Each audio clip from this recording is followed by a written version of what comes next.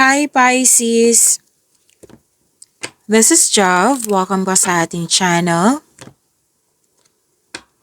By the way, Pisces, this is your timeless gabay tarot reading.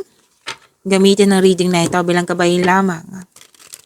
Tandaan, Pisces, ito po ay general reading.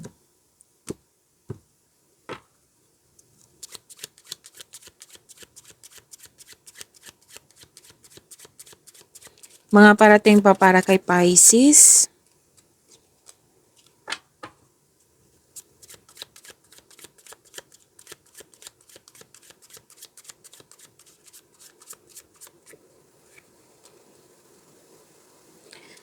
Pisces, natuwa ka kasi may tao dyan na pwedeng favorite person mo to na napatunayan niya sa'yo na loyal siya sa'yo, supportive siya sa'yo. Pwede din bagong kaibigan to or bagong kasamahan na magaan ang loob mo sa kanya. At sabi din dito na makaka-receive kayo ng good news, magandang balita, may positive results, kung ano man yung hinihintay nyo. Yes, may positive results. May announcement din. Tapos may nag-take ng test or exam, nakapasa. Malakas din ang intuition. So, yung sinabi ko nina na may loyalty na naganap at naka-receive ng malaking blessings at naging generous. Tapos, nakikita ko din dito yung protection. Like, pinoprotektahan yung relationship, yung mahalaga sa'yo, pwedeng bagay, pwedeng sitwasyon, pwedeng tao, pwedeng alaala. And, sa bawat aksyon mo, may good intention. Pwede din yung sinabi ko kanina na may good intention yung taong malapit sa'yo. Kaya natuwa ka. So, may gagawin kayo ditong may aksyon. Tapos, kailangan magkaroon ng determination with clear intention para makuha mo tong sinasabing tagumpay dito.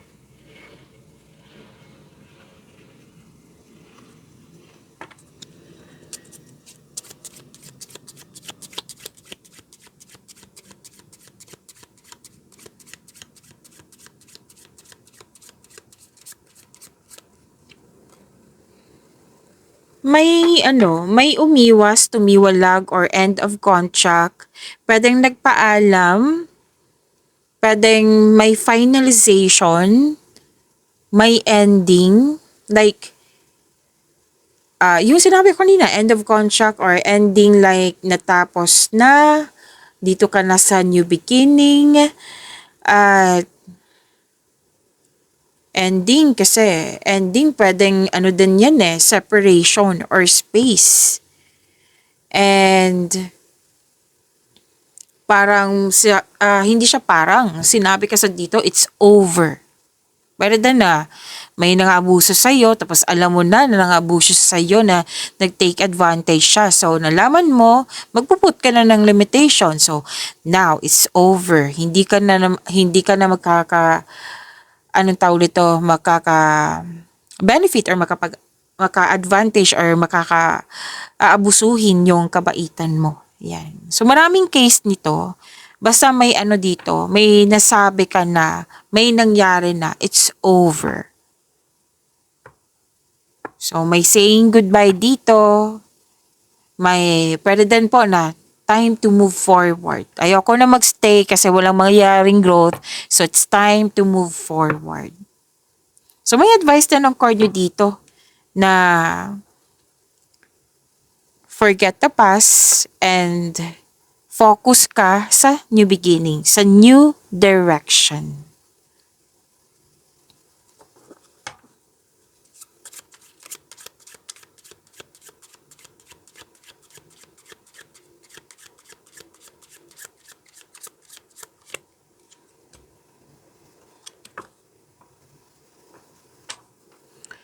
Oh, may dito may money. May nakita kong money dito. Yes, money ang nakikita ko dito. Pwedeng may raise sa allowance, sweldo, kung ano mang klaseng raise yan. May bonus, may bumili, may purchase kasi yung sinasabi dito, may small win, may refund, may increase nga. Pwedeng increase sa sales or yung sinabi ko kanina sa inyo na increase sa sweldo or allowance. Pwedeng maraming orders kaya nga increase ang sale. Makapagbigay ito ng pera sa iyo.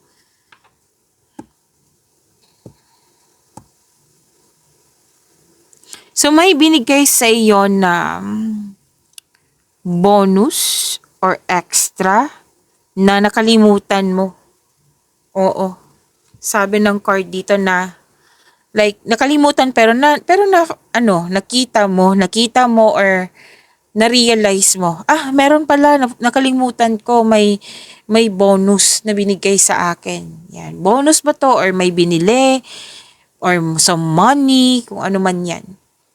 So receiving a refund check. Yes.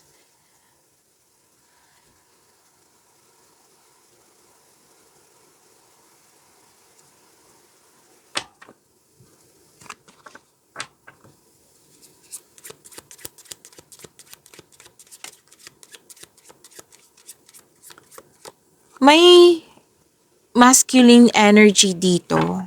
Pwedeng special man, pwedeng husband, pwedeng boyfriend, kung lalaki ka, kung lalaki ka or walang jowa na babae, pwedeng kapatid mo to, basta taong lalaking malapit sa'yo, na malaki ang kanyang influence kung kailan nyo to napanood. Tapos may advice ang card nyo dito, Pisces, na kung may ligawan tapos hindi mo siya masyadong kilala, kilala ko na siya, Miss Jav. Like, kilala mo ba kung paano siya magmahal? Siguraduhin nyo. Basta kung hindi mo siya masyadong kilala, sinabi ng card dito na huwag magmadali, kilalanin mo ng mabuti. Siguraduhin mo na single yan. Kasi mukhang hindi siya single. Kung hindi ka mag-investigate, pwede makapasok ka sa third party na hindi mo alam. Kasi hindi ka nag-investigate. Pwede ding alam mo to, pero most likely hindi alam. So at least, alam nyo na kailangan mag-investigate ka muna, maniniguro ka kung single ba tong taong ito. So before ka ma-fall sa kanya, siguraduhin mo. Syempre, mas importante yung inner peace mo, di ba? So siguraduhin mo na totoo ba tong single na hindi siya committed sa ibang tao.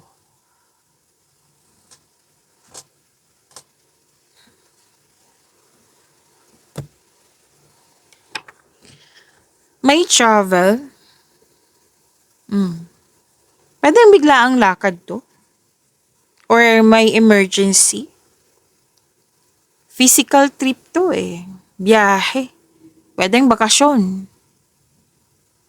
At may self-discovery new journey. Changes. Yan.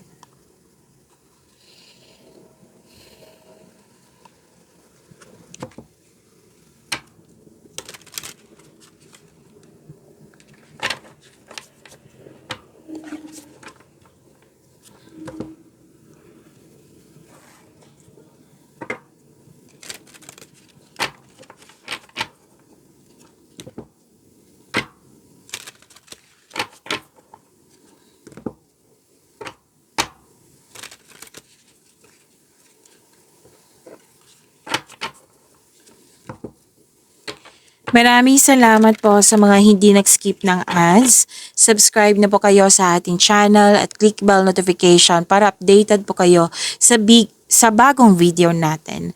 Para sa mga gusto magpa-reading po, comment po kayo ng personal reading and check my reply sa comment section.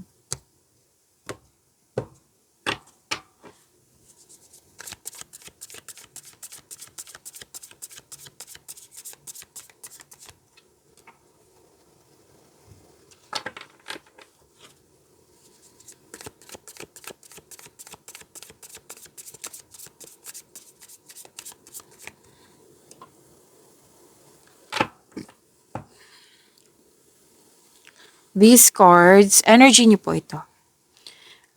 Pisces. Sabi po dito, pagod kayo. Pagod, anxiety, stress. Kailangan po ng pahinga. Which is gagawin mo. Oo. Nakaramdam ka kasi ng pagod eh. So, kailangan ng pahinga nito. Tama tong gagawin mo. Gagawin mo pa to eh. Pwede din na kung kailan nyo to napanood, nag-rest take ka. And sabi ng card na nagpahinga ka para makapag-isip at makapaghanda or magpagaling. So this card asks you na mag-relax, maging kalma, mag-reflect, sleep at meditation ay kailangan po. Kasi ang pagpahinga po ay nakapagbigay ng increased productivity at a healthier mental state. Kung pagod ka, stress, pahinga. Tapos may nakita ko dito hindi nagkaroon ng pagkakaunawaan. So, ang sabi ng card dito, yung sinabi ko dito na space, lumabas siya dito sa tarot card nyo. So, space. Diba? Space is, anong tawag nito? Space is a sign of respect sa sarili, sa kapwa, sa inyong connection. So, para sa pagbalik, may solusyon ka na, may realization.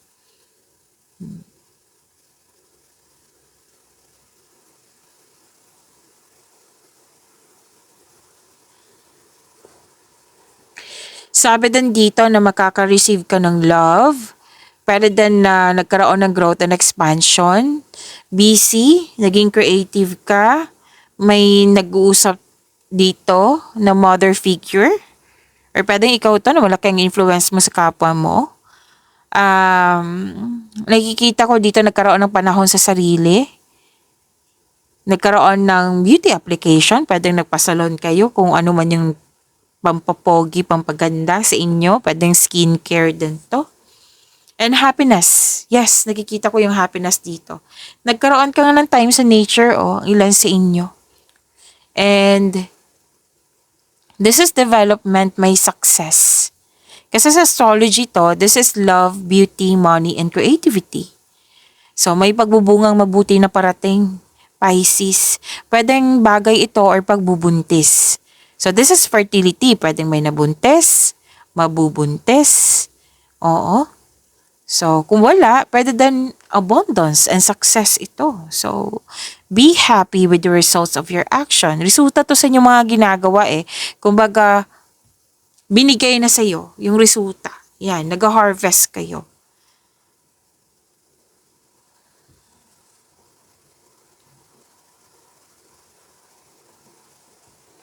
Makaka-receive ka din ng malaking pera. Or di kaya any kind of opportunity, kabilang na po yung job opportunity na makapagbigay sa'yo ng malaking pera. So, habaan niyo po yung pasensya nito. Habaan ng pasensya kasi darating din po ito.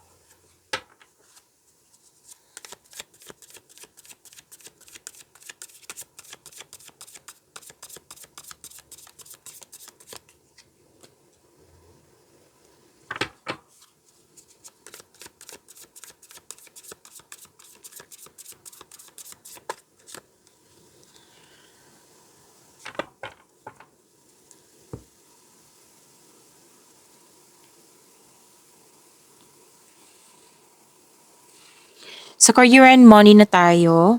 Andito pa rin. Okay. So, this is celebration. Celebration, special event, togetherness. Anong tawag nito? Yung collaboration. Yan yung nakikita ko. Pero most likely, celebration to, tagumpay. May tagumpay. Natapos na, pwedeng natapos yung proyekto, natapos yung kontrata, na nag-celebrate kasi magbabakasyon si Pisces. Kasi decided ka talaga dito. 1, 2. Na magbakasyon or para magpahinga. Yan. At maaring makatanggap kayo ng gantimpala. Maaring mana ito, promotion or recognition. So, promotion, yung sinabi ko kanina na opportunity na makapagbigay sa iyo ng malaking pera. Yan. So, nag-decide kayo dito na magpahinga kasi may natapos. Opo, so may ganap na celebration, togetherness. Masaya. Masaya ang sinasabi dito.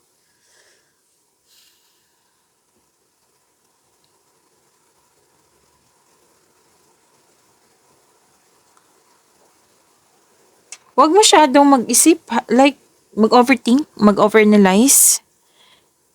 Okay? Kasi nakikita ko dito, nag-overthink, nag-overanalyze kayo nang dahil sa pagod kayo. Kaya, sinabi nga ng card, di ba? Agree yung card kanina dito na tama tong gagawin mo na mag-put ng space muna, pahinga muna, bakasyon muna.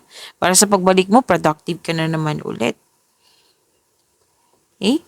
So, pwede din na may conflict sa schedule ba, sa isang tao ba. Kung sa tao to, communication is the key. Huwag mong hayaan na, huwag mong piliin na mag-overthink. Instead, magkaroon ka ng time for reflection para matapos na yung overthinking na yan. Kasi oras yung overthinking, di ba? So, itong oras na ito, gamitin mo na lang sa time for reflection, sa paggawa ng solusyon. Pagsagot sa mga katanungan mo. Yan. Kaysa maglaan kayo ng oras sa overthinking.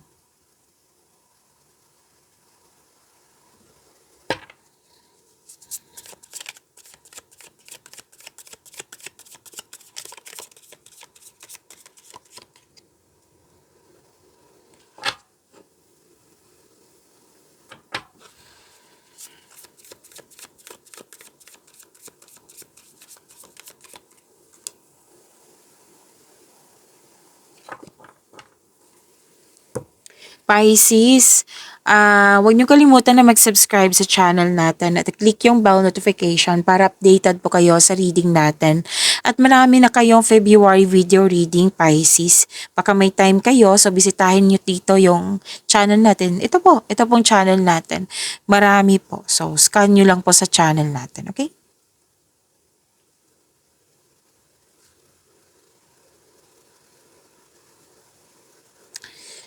Okay, so some of you sa mga single dito nagmamadala na magkaroon ng relasyon. So you need to slow down. Sabi ng card, enjoy nyo po yung getting to know each other stage po. Okay? At sa mga naghihintay pa, sabi ng card na the universe is bringing the right relationship to you at the right time. Sa right time po. Kaya trust and have faith sa universe. Maging mapagpasensya, patuloy mo lang alagaan yung sarili mo habang hinihintay mo yung bigay ng tadhana sa iyo.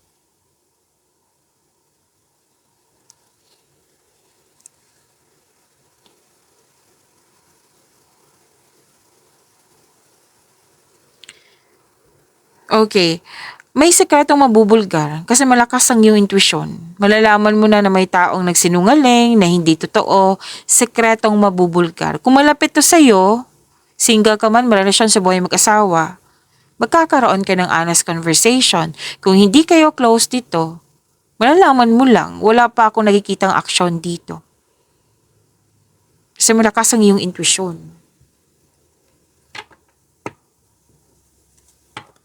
Pero may ano dito may nakita kong hindi totoo sa'yo. Pero ma-found out mo to kung sino to. Kilala mo to kung sino ito.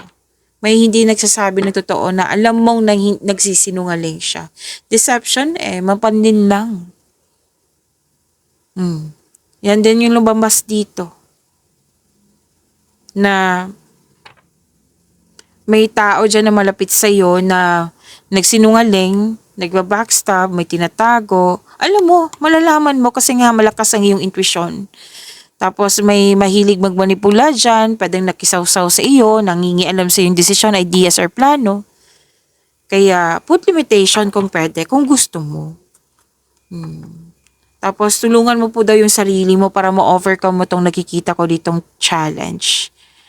Okay, andito pa rin di ba? May sabi ako dito na may nagsinungaling. Andito pa rin siya sa card nyo. So, kailangan nyo mag-usap. Communication is the key. Maging tapat at maging bukas at makipag-usap ng malinaw sa loob ng inyong connection. Again, pwedeng person mo to, pwedeng malapit na tao sa'yo, like kaibigan. Yan. So, pagyamanin nyo po yung blessings na binigay sa iyo. Pisces, see you tomorrow. Maraming salamat po.